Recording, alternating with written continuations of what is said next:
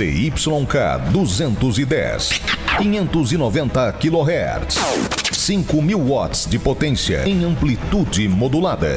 Notícia, informação, música, entretenimento. Rádio Tia Alegrete, desde 1947, informando a metade sul da fronteira oeste com credibilidade e confiança. Nota de falecimento. Esposa Tânia Regina da Luz Fernandes, filho Gustavo da Luz Fernandes, cunhados, sobrinhos, demais familiares e amigos do senhor Newton Pascoal Espelocim Fernandes, aos 75 anos. Com profundo pesar, notifico o falecimento deste ente querido ocorrido nesta cidade. Os familiares convidam parentes, amigos e pessoas de suas relações de amizade para assistir os atos de encomendação e despedida a realizar-se às 17h30 de hoje, saindo o féretro já encomendado da funerária Guterres Salaá para o cemitério municipal de Quaraí. Familiares antecipam agradecimentos. Noticiamos com profundo pesar o falecimento do senhor Newton Pascoal Espelocim Fernandes, aos 75 anos. Serviços fúnebres a cargo da funerária Paraíso, ao lado do cemitério municipal, plantão 24 horas. A morte não é a maior perda da vida. A maior perda da vida é o que morre dentro de nós enquanto vivemos. Tia Alegrete AM.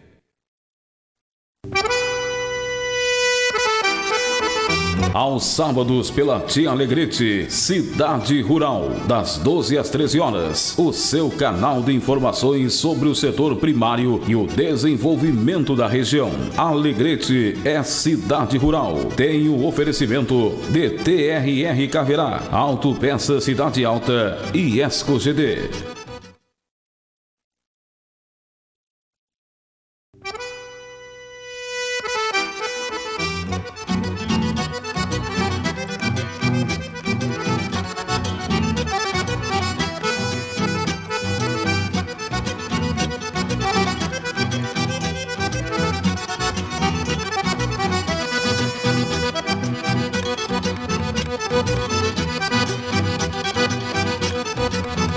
Olá, boa tarde. Estamos dando início ao programa Cidade Rural.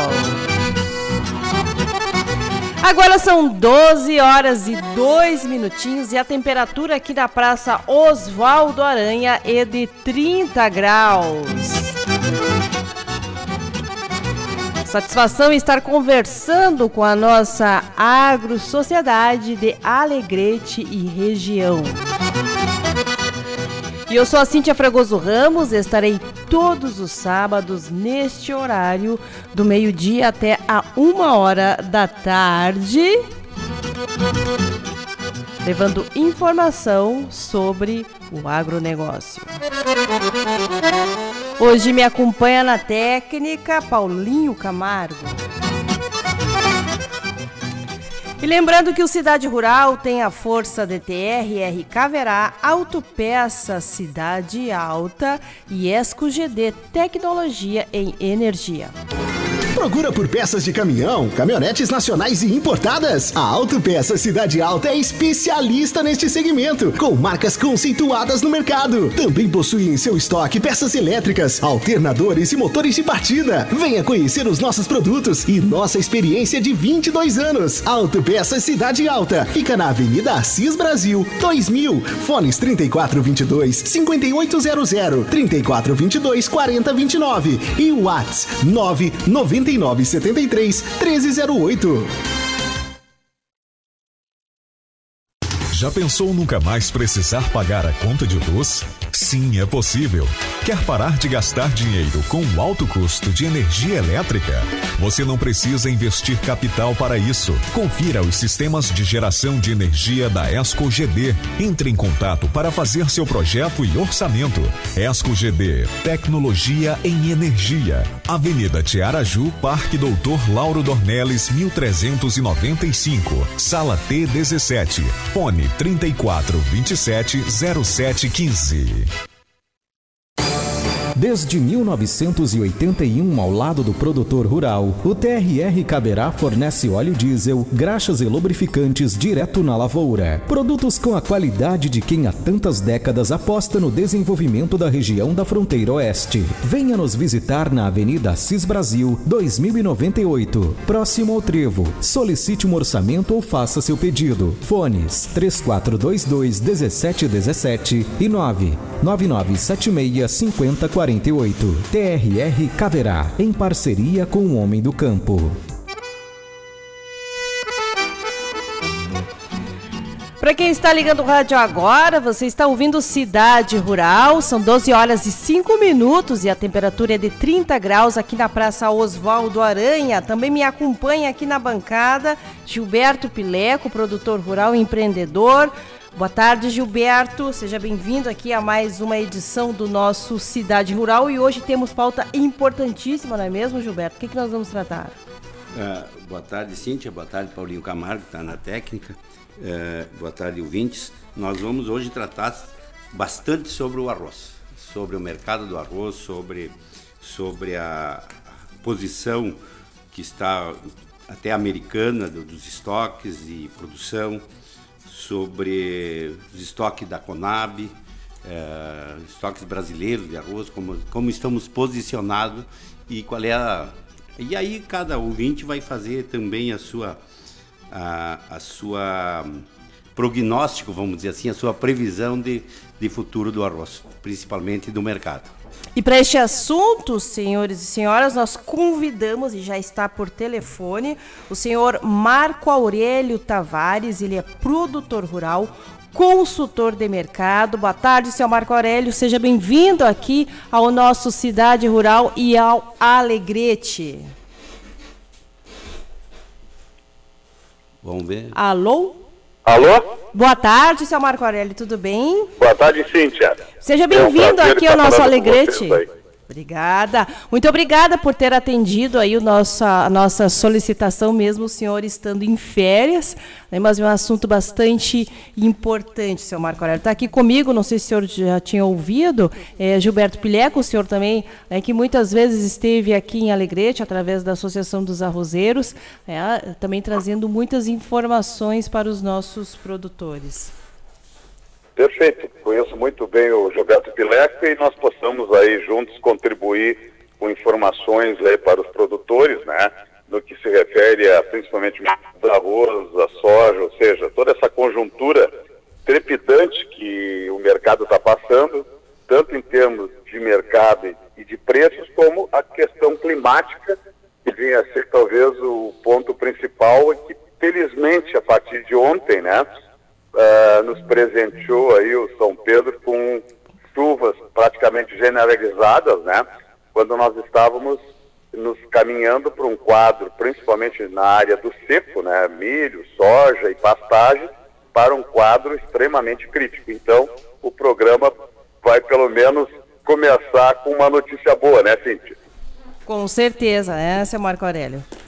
Marco, boa tarde. Bom dia, Pileco. Tudo bem? É um prazer. E para os ouvintes aí que não sabem quem é o Marco Aurélio é nosso companheiro de luta, companheiro de Associação dos Arrozeiros ali da tua região, companheiros da Federarroz junto, diretor da Federarroz, também foi do IRGA. Então, para quem não está lembrado do Marco Aurélio, eu acho que a maioria dos produtores, pelo menos, conhecem o Marco Aurélio. Marco, realmente é uma boa situação, um bom momento. Já vamos entrar direto no assunto. Eu gostaria que tu começasse a falar sobre todos os meses, no dia 10, no dia 11 ou no dia 12, sai o relatório americano da USDA e sobre produção. E eu queria que tu falasse um pouco de primeira, assim, já do relatório esse que saiu ontem.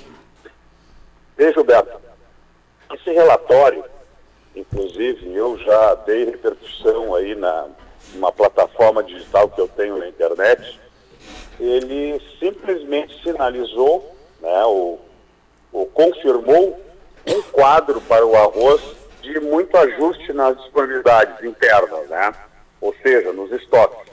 Então, eu cheguei a colocar e eu não sei se tu tivesse conhecimento, Guilherme, eu fiz até um comparativo entre os números do USDA e o número da Conab, que são os números, digamos, oficiais, né, que o mercado opera. Então, para nós termos uma ideia, o USDA, né, que saiu publicado ontem, praticamente manteve os mesmos dados do relatório de dezembro.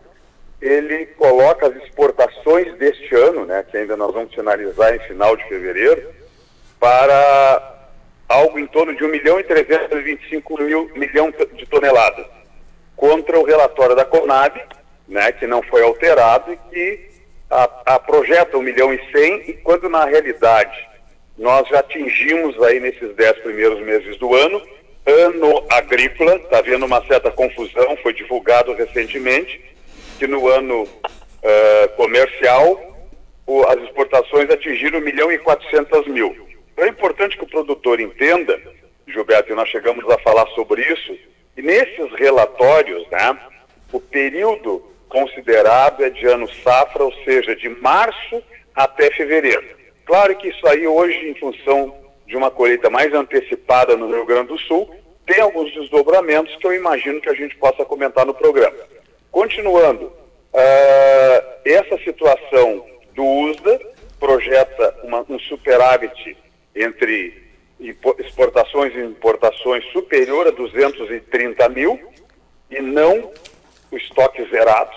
Então isso impacta, Gilberto, em menos 200.000 toneladas na projeção da Conab para esse ano, que seria alguma coisa em torno de 520.000 toneladas, né? Então, na realidade, seria menos 200, ou seja, 320.000. Daria para afirmar, pelas duas instituições, que nós teremos o estoque de final de período agora, pelo menos contabilmente, né, os dos menores da história. Então, os dois relatórios indicam isso. Evidentemente, com projeções diferentes para importações e exportações. Em relação ao consumo, que é outra... Me diz uma coisa, só para mim... crônica, né, Gilberto, do setor. Marco... Então, quando o mercado está ruim, né, o mercado perde a liquidez ou o mercado não anda, o que se alega, né, e para mim erradamente, redução de consumo. O USDA, que são dados utilizados universalizadamente no mundo, correto? Seja para a soja, seja para o milho, seja para o próprio arroz, ele considera o consumo brasileiro na ordem de 1.100.000, enquanto a Conab considera 10.600.000. Outra questão também importante nesse relatório é que as importações para o ciclo do ano que vem, que a Conab indica 1.100.000 de importação, 1.100.000 de exportações no relatório para o próximo ano, já o USDA prevê 1.600.000 de necessidade de importações, ou seja, essa projeção por si só determina que nós teremos uma redução drástica, né, no quadro de suprimentos do arroz. E finalizando os estoques finais, né, da próxima safra, que talvez não, efetivamente ou fundamentalmente é um dado vital, né, para contextualizar o mercado ao longo do ano, né, nós teríamos um saldo aí de estoques, né, em fevereiro de 2021 inferior a 500.000 toneladas, que também é um valor baixo. A Conab prevê 485 e o USDA 545, sabendo que tem uma projeção de 1.600.000 de toneladas para importações. Alinhando, o contexto todo depende de uma safra normal no Brasil, estimada em 10.500.000 toneladas. Talvez possa ocorrer algumas questões, não digo localizadas, mas problemas de seca, que isso afeta alguma irrigação, e da mesma maneira que o verão, até então ensolarado, com temperaturas altas, em áreas que você tem uma irrigação plena e eficiente, poderíamos ter uma melhor produtividade. Então esse é o quadro, um quadro que demorou, digamos assim, a apresentar maior robustez nos preços, talvez até, no meu entendimento, pela própria matriz de comercialização no Rio Grande do Sul, que é um assunto complexo, né, que eu não sei se vai ser abordado, onde grande parte do produtor não detém o produto, é financiado pela indústria, e aí são outros quesitos. Aí o mercado, para apontar uma rápida recuperação de preço, é quando realmente a indústria cooperativa ou os agentes compradores identificam a escassez do produto, é que, pelo meu entendimento, demorou a ser evidenciado, mas isso ainda vai acontecer em janeiro. Marco... Não sei se concorda. Não, concordo, Gilberto, Marco. mas a minha observação é essa. Com certeza. Marco, não tem como, até mesmo porque tu está com os números oficiais, e números oficiais não tem como discordar de qualquer coisa. A gente pode fazer alguns ajustes por certa coisa. Mas deixa eu entender uma coisa que eu não entendi. As exportações brasileiras,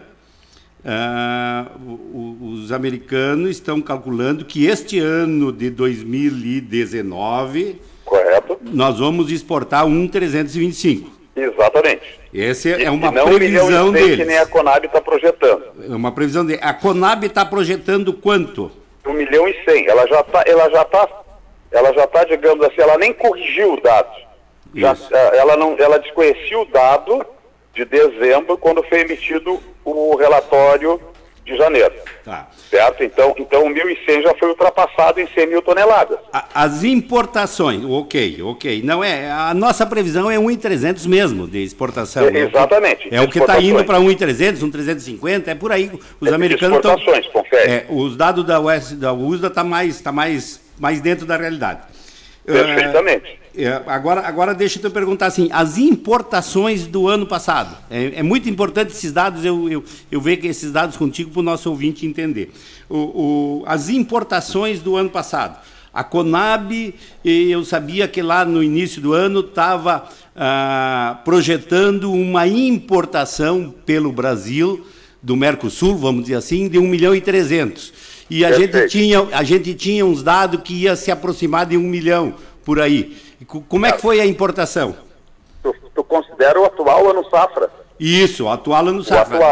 Isso. Bem, o que aconteceu em função desse quadro muito ajustado, já projetado para esse ano, a Conab estava prevendo 1.300.000 de importações e 1 milhão de toneladas de importação. Ou seja, um déficit de 300 mil para cobrir o déficit interno. O Brasil precisava trazer 300 mil toneladas a mais. Isso era o dado da Conab, é isso aí. Mas só para você ter uma ideia, Gilberto, só para ter uma ideia da complexidade disso, eu vou nominar uma consultoria de renome, né, das safras de mercado, de renome nacional, e recentemente, até um mês atrás, a área de análise do arroz projetou a necessidade de importar 1 milhão a mais de arroz do que a exportação para suprir o mercado interno. Como os números do arroz são complexos, e começa, Gilberto, por uma situação que eu já tive participando via Federarroz, via Câmara Setorial, é a questão dos estoques iniciais. Então, se nós não tivermos, se o produtor, a cooperativa, a indústria, quando a Conab faz aquela pesquisa no final de fevereiro sobre qual é o estoque disponível, nós teremos sempre um número de dificuldade de confiabilidade, apesar de ser um dado oficial, né? E que vai projetar todo um cenário para a cultura do arroz, da soja, do milho. Se nós não tivermos esses estoques iniciais, digamos assim, bem contabilizados, ou a melhor forma possível, é a primeira dificuldade. E a dificuldade seguinte é a questão do consumo. Então, esses dois números, Gilberto, fazem com que se tenha não muita segurança, não plena segurança, dos números do quadro de suprimentos do arroz do Brasil. E, consequentemente, mesmo com números positivos, que nem aconteceu esse ano, um quadro similar ao que aconteceu em 2015, 2016, com quebra de safra, com arroz atingindo R$50, R$55, era também a projeção para esse ano, e que não aconteceu. Então, alegam que os números também não sejam exatamente tão estreitos assim. Mas tu pegando o USDA, tu pegando a Conab, tu pegando os Safras de mercado, que apontam para uns números muito ajustados, o mercado, evidentemente, que ele sinaliza, que eu imagino que vai sinalizar para o ano seguinte. E outros dados que eu gosto de pegar, Marco Aurélio, para o nosso produtor que está ouvindo e não está com a caneta na mão lá para calcular, mas ele está fazendo a ideia dele de composição. Um outro dado que tu falou ali das três da Conab, dos relatórios aí, os oficiais, eu também gosto de comparar com o do IBGE. Por exemplo, Sim. assim, ó, o IBGE, Sim. Só que o IBGE é ano comercial, é o ano inteiro. Então tem essa diferença, por exemplo, não é o ano safra, que tu explicou muito bem aí. É o ano... E o IBGE... O IBGE, ele dá o ano, 2018, quanto é que Perfeito, foi... é o ano comercial. Comercial. Quanto é que foi a produção do ano comercial, de janeiro a dezembro, de 2018? Foi 11.736.000 toneladas. Quanto é que foi o da Conab ano safra, 1º de março a 28 de fevereiro? 12.064. É uma diferença aí de 300.000 toneladas. Então, como um é comercial, os números fecham. Aí, tu vai lá para o ano, esse que passou agora, de 2019. A Conab lançou 10.428. Mais ou menos foi isso. O que o IBGE lançou? 10.250. Quer dizer, aí 180.000 toneladas de diferença. Tu fala em produção, né, Gilberto? Oi? Tu fala em produção. Em produção. Isso aí... Tá, só que eu vou te considerar o seguinte. Na realidade, eles consideram a safra em si. Só que os critérios de coleta e de identificação não são os mesmos. Então, os números também não se padronizam. O exemplo dos números do IRGA, aqui no Rio Grande do Sul, que a Conab também tem números diferentes. Então, tu está citando que nós temos uma terceira fonte, que é o IBGE, e também temos números díspares, né? Não, mas é que o que eu quero dizer é o seguinte, ó, que não foge muito daquela diferença aceitável, do percentagem um pouco para cima, um pouco para baixo. Do padrão. O que eu quero dizer que apesar dos números não serem exatos, idênticos, a gente tem uma grande confiabilidade, porque é uma pesquisa, né? Pela média. Pela média. Tem uma grande confiabilidade. Então, são órgãos que são, embora que... mas não são... Não, são porque todos os institutos, todos medem mais ou menos próximos um do outro. É tipo, para o nosso ouvinte entender, é tipo Ibope e Vospov das eleições. Tem a margem de erro para cima ou para baixo. Sem dúvida. Bom, mas nós conversando o seguinte, então é o seguinte, é que eu quero chegar num número aí contigo. Bom, então, a importação do ano de 2019, lembrando, aqui passou agora, a Conab tinha que era 1.300 e a gente sabe que está fechando perto de 1 milhão de importação, certo? Perfeito. A tendência é que fique alguma coisa em torno de 1,1 milhão, que era o projetado. Certo. Só para ter uma ideia desse raciocínio, Gilberto, as importações nesses 10 meses, né, de março até dezembro, elas finalizaram em 880 mil toneladas. Isso. E aí tem uma informação que o mercado, Gilberto, ele desconhece, e o produtor mais ainda, tá? Certo. O impacto das importações no mercado de arroz brasileiro e principalmente o arroz gaúcho. Se em 10 meses foram importados 880 mil toneladas, qual é a conta mensal? 88 mil. Se nós consumimos, vamos supor, 11 milhões de toneladas anuais, né? Dividindo por 12 dá 900 mil. 88 ou 90 mil é 10%. Ou seja, toda a importação do Mercosul, basicamente, embora 70% seja do Paraguai, representa apenas 10% do mercado nacional. Então, a minha tese, Gilberto, é que as importações, historicamente, salvo algum ano que tenha havido um volume expressivo, mas aí é por falta de produto interno, elas têm um fator muito mais psicológico no mercado do que efetivo. Não sei se tu concorda comigo, tá? E os números. Se tu impacta o mercado em 10%, ele é mínimo. Mas só que o problema do Paraguai, no meu entendimento, ele tem um efeito muito mais colateral, porque ele atende o mercado do Sudeste, que é um mercado nitidamente comprador, com volume, com qualidade, mas não é tão expressivo quanto, digamos assim, fosse, eu diria, 30%, 25% do consumo total. Eu coloco para discussão, eu acho que isso tem que ser colocado, que o produtor tem uma noção de que se há um mínimo de importação no Paraguai, isso afeta literalmente o mercado. No meu entendimento, é prejudicial, mas ele é mais psicológico do que técnico. Marco Aurélio, com certeza, mas eu quero voltar ali assim para mim seguir no raciocínio para o nosso povo entender. Então, eu fecho aí porque dá 1.050.000, dá 950 pela média dos 10 meses de exportação, eu fiz a média, que nós vamos chegar a 1 milhão de toneladas, um pouco mais, um pouco menos, de importação. Em torno de 1 milhão, 1 milhão e 100. Isso, tá, não, mas tudo bem, vamos chegar a 1 milhão e pouco. Mais 1 milhão e 300, nós temos uma diferença aí de 300 mil de exportação, quer dizer, nós estamos positivo, o superávit na exportação. Então, até ali está muito bem. Agora eu quero fazer a projeção para cá. Bom, nós saímos do ano de 2018 de uma produção de 12 milhões de toneladas.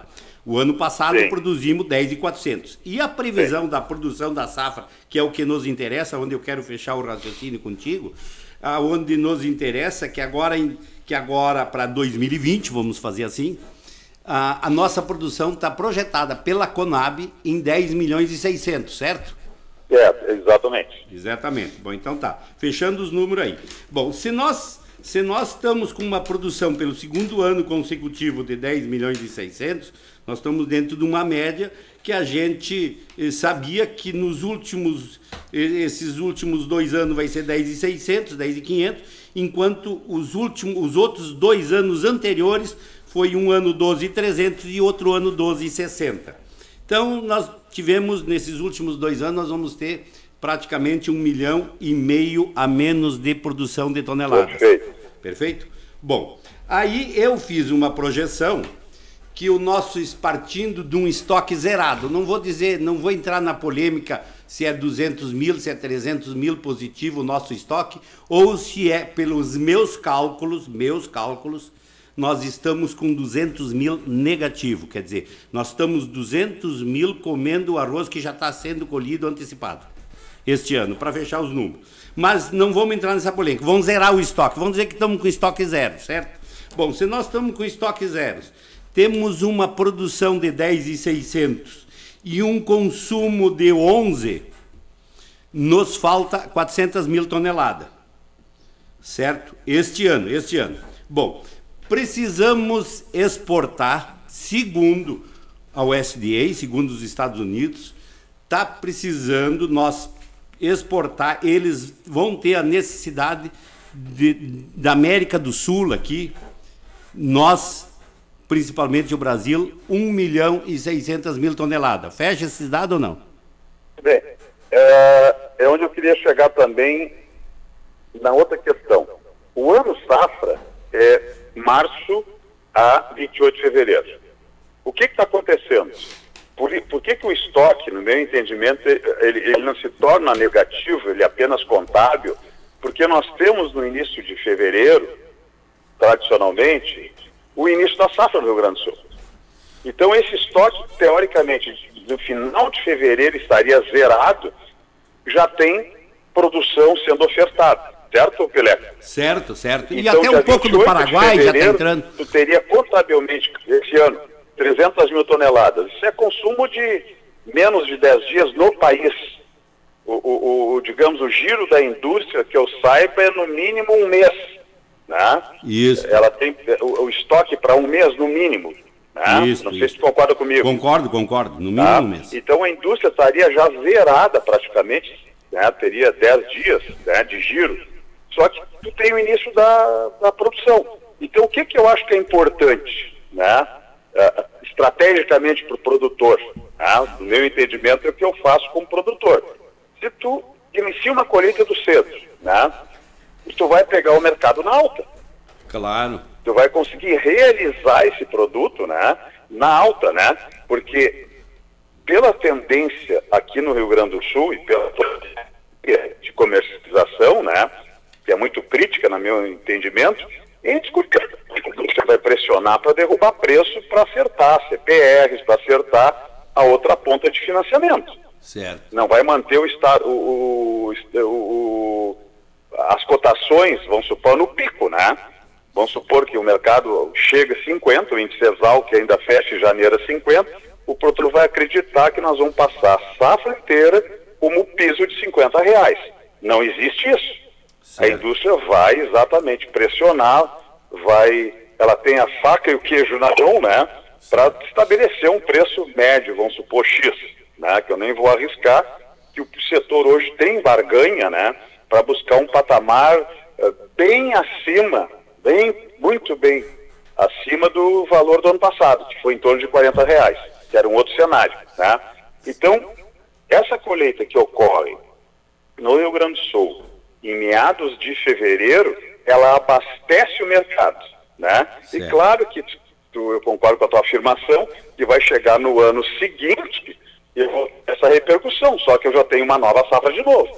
Então, quando nós temos um atraso de safra no Rio Grande do Sul, que não aconteceu esse ano, digamos, a implementação dela, a Fronteira Oeste conseguiu plantar cedo, em setembro, que não é muito usual, mas quando acontece um atraso de safra generalizado no estado, que a safra começa a ser colhida em março, tu tem um problema de disponibilidade tremenda, num quadro similar a esse que nós estamos vivendo. Marco Aurélio, aí que eu ia lançar um desafio para a produção. Eu ia chegar no final e ia lançar um desafio. Quem sabe o produtor de arroz este ano comercial de 2020, em vez de plantar setembro, planta a partir de 15 de outubro. Planta 30 dias mais tarde para colher 30 dias mais tarde, dá um problema no estoque o ano que vem, certo? Bem, acontece... Se o atraso acontecer por clima, é isso aí que aconteceria. Acontece duas coisas. Primeiro, Gilberto, eu acho que o produtor de arroz, por excelência, ele tem um grau de insistência na atividade impressionante. Nós imaginávamos esse ano uma redução até mais drástica, né, na área. Eu, particularmente, reduzi 15% aqui no litoral norte. Apostei mais na soja, até porque há necessidade de produção e também porque estava estimulado a questão do arroz. Então, a redução, o IRGA pouco deu ênfase a isso, né? A redução foi praticamente de apenas 50 mil hectares. Tanto é que o IRGA estava projetando 946 mil hectares de última informação de área plantada, que foi da semana retrasada, que nós nem sabemos se foi concluído ou não no Rio Grande do Sul, pelos dados do IRGA, chega a 935 mil. Então eu vejo que tu está colocando, eu vejo o contrário, que nós temos que exatamente buscar uma alternativa como produtor, né, de buscar melhor maneira de implementar a lavoura, colher cedo, exatamente para aproveitar esse teste de mercado. Para antecipar. No de plantio, implementação da lavoura, né, tu tem riscos muito maiores. Claro. Gilberto, tendo a tua estratégia. Mas eu, como já estou há 30 anos no setor do arroz, eu acho que é impossível o produto da plantio, né, gerar, digamos, um vácuo, né? Está sugerindo um vácuo de abastecimento em fevereiro, que aí o mercado, por si só, ele vai firmar, né, um outro patamar de preço. Mas a ideia é mais ou menos essa. Não, aí eu digo... abastecimento em fevereiro, o mercado vai buscar um outro patamar de preço enquanto tu não tem o abastecimento pleno. Eu digo dá esse vácuo, porque aí destapa a realidade do estoque. Era nesse sentido. Que se acontecer uma safra atrasada por clima, vai dar antecipado isso, porque o pessoal vai sair atrás, coisa e tal. Bom, mas esse é um dado. Mas eu quero seguir o meu raciocínio, aquele de nós entender. Então, se nós, a partir do estoque zero, colhermos 10.600, os Estados Unidos nós vamos colher o que nós vamos consumir, certo? Sim. Vai ser o nosso consumo. Para nós exportar 1.600.000, como os americanos estão esperando de nós, porque depois eu quero fazer um comentário por que os americanos estão esperando esta produção, necessitam dessa produção de 1.600.000 o ano que vem, nossa aqui, para contribuir com os mercados. O americano teve uma quebra de safra novamente de 15%, né? Tá, e é isso que eu quero depois fazer um prognóstico aqui, porque eu tenho. Os americanos esse ano 15% em relação ao ano passado. O ano passado colheram bem, mas o outro ano anterior também tiveram uma redução de safra em 2000 de mais de 15%, foi em torno de 17%, 18%, quer dizer, sim, os americanos um ano está colhendo bem, outro ano está colhendo com problema. Então é aí que está vindo essa necessidade. É por isso que os americanos já estavam projetando que teriam a necessidade de 1.300.000 do nosso arroz, enquanto a Conab estava dizendo que exportávamos em torno de 900.000 toneladas a 1 milhão. Então é por isso. Bom, mas então precisamos de 1.600. Para nós mandar 1.600 para os Estados Unidos, nós vamos importar 1.600 o ano que vem. Concorda comigo? E aí nós precisamos importar 2 milhões de toneladas, que eu acho que tu estava falando que nós precisamos, para atender o nosso consumo, atender as nossas exportações, porque o Brasil não pode perder esse mercado, né? Indiscutivelmente. Não pode perder esse mercado, então o Brasil vai ter que importar 1 milhão a mais. Eu acho que tu estava querendo te referir aí no início do teu comentário, é isso que eu entendi ou não? Não, eu não diria 1 milhão de toneladas. Eu acho que nós precisarmos números é muito complicado e muito arriscado. O que eu tenho convicção é que este ano, safra que se avizinha, nós teremos necessidade de ter um superávit na importação. Ou seja, haverá um déficit na balança comercial para suprir o mercado interno, para realmente dar respaldo aos números que a gente iniciou o programa falando. Só que o que acontece? Primeiro, o americano, na minha avaliação, a exemplo da soja, o mercado futuro, o mercado do CBOT lá em Chicago, ele muito relaciona o bucho da soja com o mercado específico americano. Ponto 1. A mesma coisa, o meu raciocínio é que em relação à questão do arroz. A projeção para o mercado do futuro do arroz, por exemplo, a $14,5 até essa semana, deve ter conhecimento, né? Mostra também uma realidade muito do arroz americano e não do mercado mundial. Marco Aurélio, tu falou $14,5 essa semana. $14,5. Então vamos, R$58. Deixa eu aproveitar esse teu gancho então. Então deixa eu aproveitar o teu gancho e depois tu conclui o teu raciocínio aí. Pessoal, o arroz bateu nos Estados Unidos, segundo o relatório de ontem, R$14,50 de dólar. Na Bolsa de Futuro. Na Bolsa de Futuro. Contratos. Em relação a nível de fazenda, né? Sim. Esse é o nível de fazenda, para o produtor entender. O contrato futuro americano é a mesma coisa que o arroz aqui para nós tivesse $14,50. Bom, deixa eu fazer uma projeção. O ano passado, esta média de preço era $13,20 a $13,50 nos Estados Unidos. Então eu fazia a relação de $1 de 3,50, porque o ano passado nós achava que o dólar vinha para 3,50, 3,60. Este ano nós tínhamos um preço de dólar de 13,50, um preço de R$47. Se o dólar fosse a 3,80, nós tínhamos um preço em média de R$50 para nós aqui.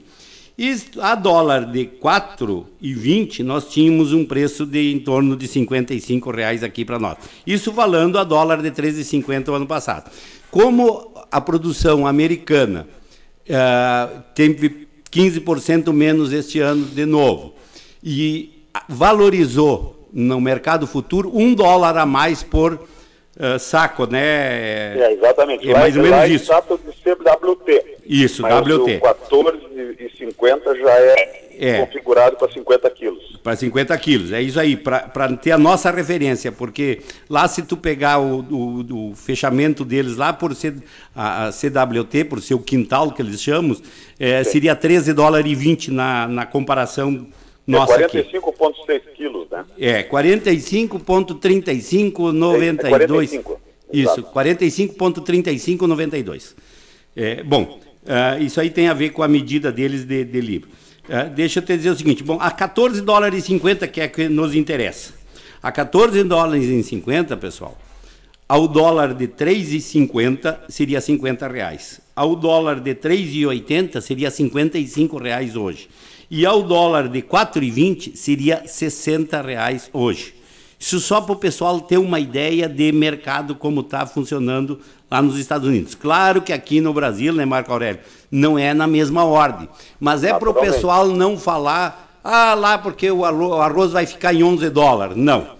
Faz 4 anos nos Estados Unidos que o arroz está em média de $12,50 a $13,5. E esse ano está se projetando $1 a mais.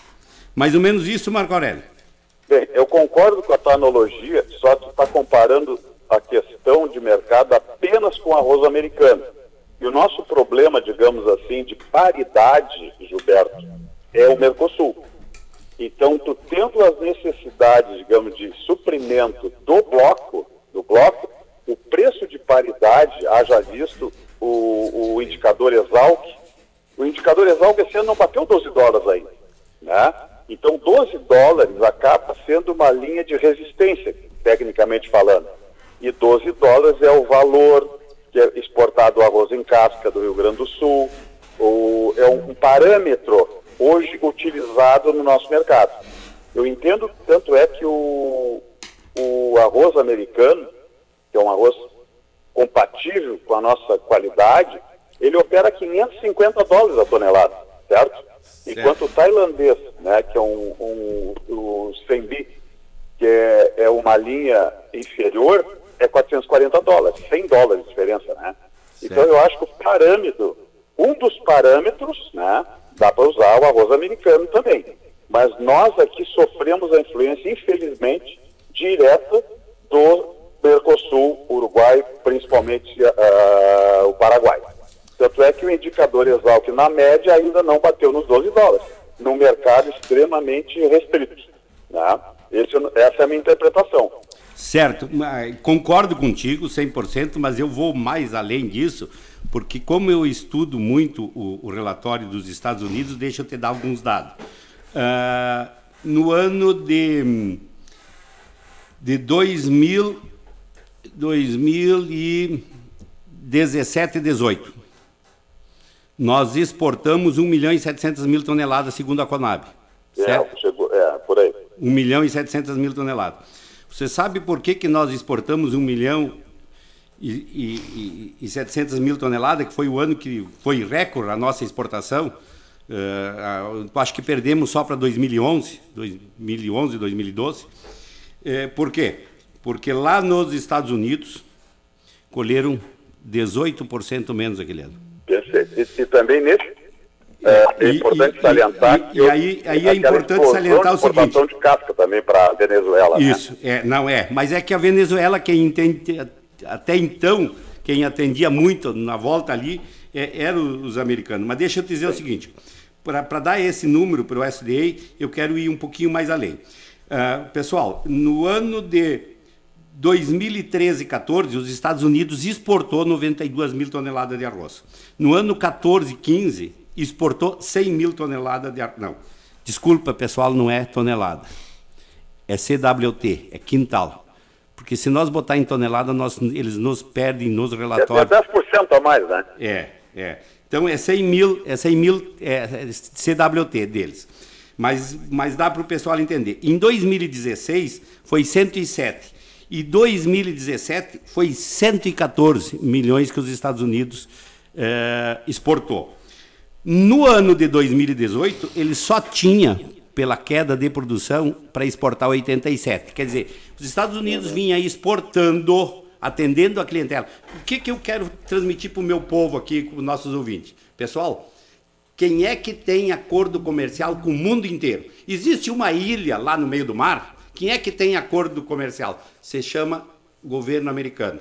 E aí as trades, as empresas particulares podem ir atender. Tem acordo comercial, tem todas as legalizações para exportar. Então, quem tem o maior exportador de arroz do mundo em número de cliente, não de quantidade, vamos dizer, em número de cliente, quem mais tem cliente para exportar arroz se chama Estados Unidos. Bom, então, em 2018, os Estados Unidos exportou só 87 mil e precisou do Brasil 1.700.000. Certo? Aí é que está meu raciocínio. Aí no ano, vamos seguindo, no ano de 2019, os Estados Unidos conseguiu exportar 100 de novo, 99. No ano passado, esse ano agora, eles projetaram que vão exportar lá no início de 90 a 100. Com o fechamento da colheita deles agora, de quebra, eles estão projetando uma exportação de 94 a 98. Não vão conseguir exportar 100, certo? E quem tem que atender esse mercado, por isso que eles estão contando com 1.600.000 toneladas nossa. Tu entendeu o raciocínio? Perfeito. Então, por isso que eu me baseio nos Estados Unidos, porque não é que nós exportamos lá em 2018 1.700.000 porque o Brasil agora está exportando, não. Eu sempre digo, eles estão nos comprando e eles vão precisar nos comprar arroz, queira seja do Brasil, do Uruguai, da Argentina ou do Paraguai. Então, mas, Gilberto, eu acho que era importante algumas colocações, tá? Tu está evidenciando muito a questão americana, mas eu acho que a cadeia produtiva, falando amplamente, está tendo um desempenho na exportação de arroz fantástico. Hoje nós estamos exportando para Iraque, estamos importando para a Arábia Saudita, estamos exportando inclusive para os Estados Unidos, concordo contigo, se eu não me engano, fechou 10 mil toneladas de arroz beneficiado. Os Estados Unidos está entrando no mercado brasileiro para se abastecer, para direcionar para terceiros mercados, concordo contigo. Mas o Brasil está conseguindo, via a cadeia produtiva do Rio Grande do Sul, principalmente, via Porto de Rio Grande, ampliar esse mercado, que é um mercado que realmente é o único, no meu entendimento, que pode dar sustentação à atividade produtiva hoje. Se nós formos depender do mercado interno e de todas, como se diz, as idiosincrasias desse mercado, que é um mercado muito complicado, que você sabe muito bem, eu acho que nós vamos continuar remando contra a maré. Aí no momento que tu amplia, consolida, que é o termo mais ou menos que tu usaste, né? Mesmo num ano onde tu vai ter um déficit na balança, os nichos de mercado que forem obtidos, tu tem que manter. E está aí o exemplo do México, que vem ao encontro do que tu está dizendo. Quem é que abastecia o México? Era o americano. Né? O americano teve problemas com o México. O México fez um acordo bilateral com o Brasil, né?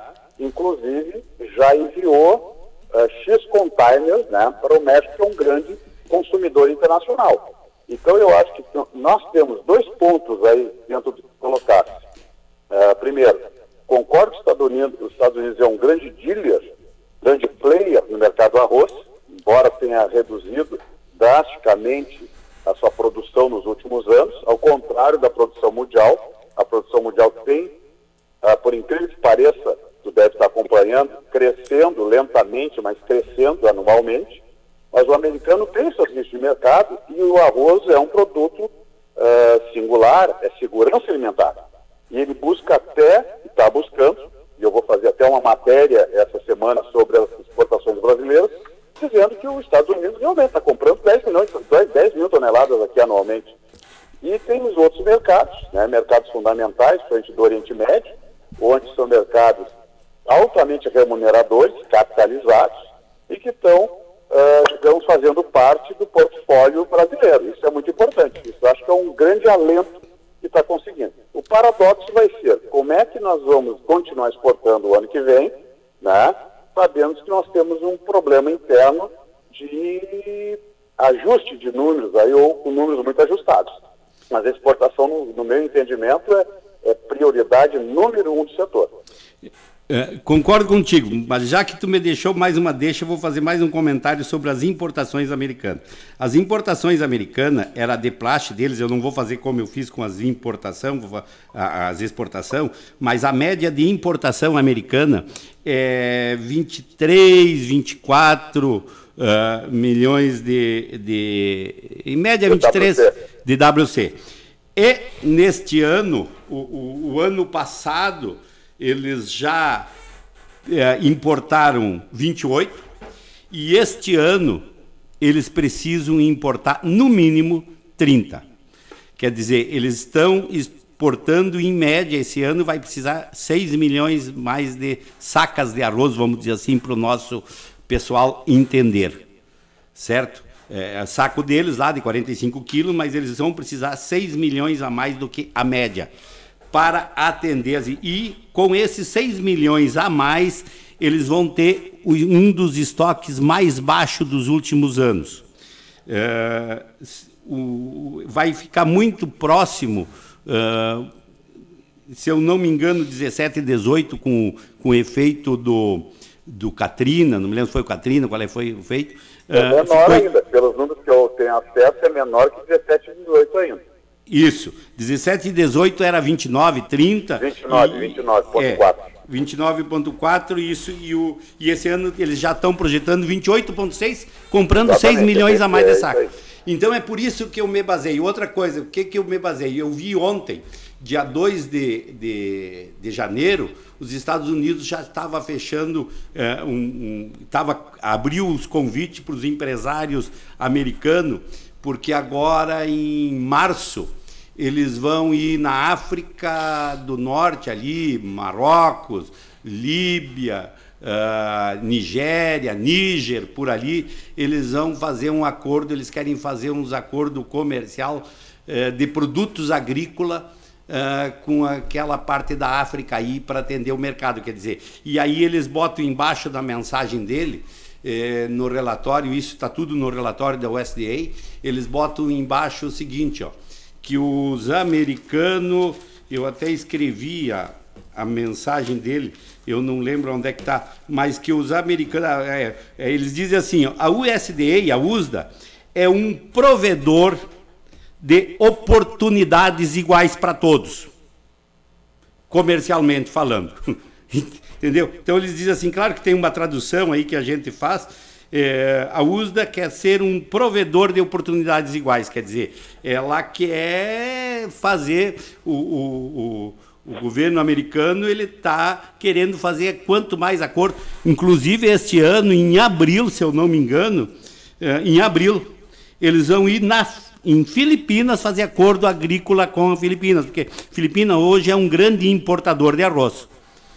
Os americanos estão lá. E assim com outros países, eles estão todos renegociando e melhorando seus acordos comerciais, vamos dizer assim. Eu peguei a agenda deles de todo ano, de uns quantos países que eles vão fazer isso. Quer dizer, eles querem, e aí que a gente vai entender que somos um provedor de oportunidades. Entendeu, Marco Aurélio? Marco, eu não sei assim, eu acho que tem uma... colocando, o que acontece? O americano considera o arroz um trunfo comercial, certo? Então é segurança alimentar. Então o dado que eu tenho agora aqui, só no ano de 2019, março até dezembro, o americano importou 10 mil toneladas, melhor dizendo, de arroz brasileiro, via Rio Grande do Sul. E é óbvio que não é para consumo interno, né? É para fazer uma composição, né, na sua balança comercial com outros países. E não perder o seu mercado. E não perder seu mercado. E também porque ele não quer perder o mercado. As empresas, sem dúvida, sem sombra de as dúvida. empresas americanas, porque ele faz isso para as empresas americanas, eles são capitalistas, não é o governo que compra, são as trade, ele não quer perder, deixar as empresas dele, o povo dele, por isso que tem essa coisa, somos provedor. Provedor é aquele que vai atrás sustentar. O provedor é o pai de família, vamos dizer assim. Que mantém. O provedor é o que mantém, ou seja, ele quer manter os mercados dele. Os mercados dele. Bom, Marco Aurélio, eu gosto muito de conversar contigo, assim, tem uma pergunta e nós falamos 50 minutos. Eu gosto muito de conversar contigo, Marco Aurélio, porque nós temos a mesma linha, tu é produtor também, quer dizer, tu é produtor, mas também faz algumas análises, é metido, que nem eu, para fazer algumas análises, é um estudioso, vamos dizer assim, do nosso trabalho. É diferente de eu conversar com qualquer, nada contra os outros analistas, mas os outros analistas, consultores de mercado, são simplesmente técnicos e consultores, não são produtores, eles não sabem. Nós poderíamos ter tido tempo, nós podíamos ter falado muito sobre soja contigo, sobre outras culturas, sobre milho, mas não deu tempo. Mas eu gosto de conversar contigo porque daí você bate papo. Eu digo uma coisa e tu já me contesta na hora que é pro outro lado, coisa e tal, e a gente vai. E essa discussão... Oi? Alô? Essa discussão é muito boa. Alô? Certo? Mas eu vou te deixar aí, eu quero te propor o seguinte, ó. Já te agenda para dia 10 de março, 11 de março, por ali, quando vai cair num sábado, depois do dia 10, Cíntia. Aí vai ser, deixa eu ver... dia 10 sai... Dia 15, então. Dia 15, então. Dia 10 sai o relatório, 10 de março nós vamos analisar todos os relatórios e aí a gente já fechou os números. Na realidade, dia 16. Dia 16. É um sábado. Isso. Dia 14, melhor dizendo. E então é o seguinte, ó, nesse dia eu te convido para nós participar aqui, para nós fazer uma outra rodada, porque aí nós já fechamos a safra, o ano safra nosso, agrícola, e já temos todos os fechamentos de exportação, importação, e nós podemos fazer uma análise interessante e estamos no início da safra. Já Pode contar comigo, eu também, é uma satisfação suas informações e estabelecer esse debate contigo, para a grande quantidade de amigos que eu tenho no Alegrete aí, e que a gente possa realmente, através de informação, ampliar conhecimento, e que é fundamental nas tratativas, nas negociações e na cultura do arroz, né, meu amigo Pilé? É verdade. Eu vou te deixar para a Cíntia, porque a Cíntia está louca para te fazer uma pergunta aí, Marco Aurélio. Marco Aurélio, o Gilberto fala demais, né? Não deixou um tempinho aqui. Ali, ó. Mas eu vou deixar para a próxima vez, a gente já estourou o tempo. É uma pergunta sobre consumo que um produtor de arroz está me perguntando. Se tem aí 2 minutinhos, ele quer saber só como é que pode fazer para aumentar o consumo interno, o consumo do arroz. Cíntia, eu vou fazer uma primeira observação. O setor do arroz, ele lida com um produto excepcional, funcional, uma série de fatores positivos e não sabe fazer marketing. Começa por aí. Então o setor não demora, absorve, está vendo só redução de consumo, em plena crise, onde o produto mais barato que existe é o arroz. Então eu acho que a cadeia produtiva, ela tem mais do que nunca, né, unir esforços, né, já se falou nisso, numa campanha, principalmente com pessoas de alta influência, digamos assim, dentro da mídia nacional, para falar do arroz. Eu tive até um evento recente no IRGA, onde teve um técnico, um economista que fez isso com café. Café, o ovo, então a demanda pelo ovo e pelo café cresceu fundamentalmente em cima de mídia. E o arroz tem que buscar essa alternativa. Tá certo, então, porque também ele pergunta que tem os subprodutos do arroz que as pessoas geralmente não conhecem, até que dentro do Rio Grande do Sul, como, por exemplo, a massa de arroz, não é mesmo? Inquestionavelmente. Uma outra via importante é a utilização de subprodutos, é o que o americano faz. Então, expandir a base de subprodutos do arroz, ou produtos alternativos, melhor dizendo, né, como massas, snakes, etc. e tal, é fundamental. E eu acho que também deve ser desenvolvido um marketing voltado para o arroz mais formatado. Arroz, digamos assim, incrementado. Não só o arroz branco, não só o arroz padrão, mas também um tipo de estimular o uso do risoto, estimular o uso de paella, que são produtos mais nobres como o mesmo produto normal, tradicional, que é o arroz. Então acho que existe muito campo para isso. Assim como a exportação, que eu e o Peleco falamos bastante, o arroz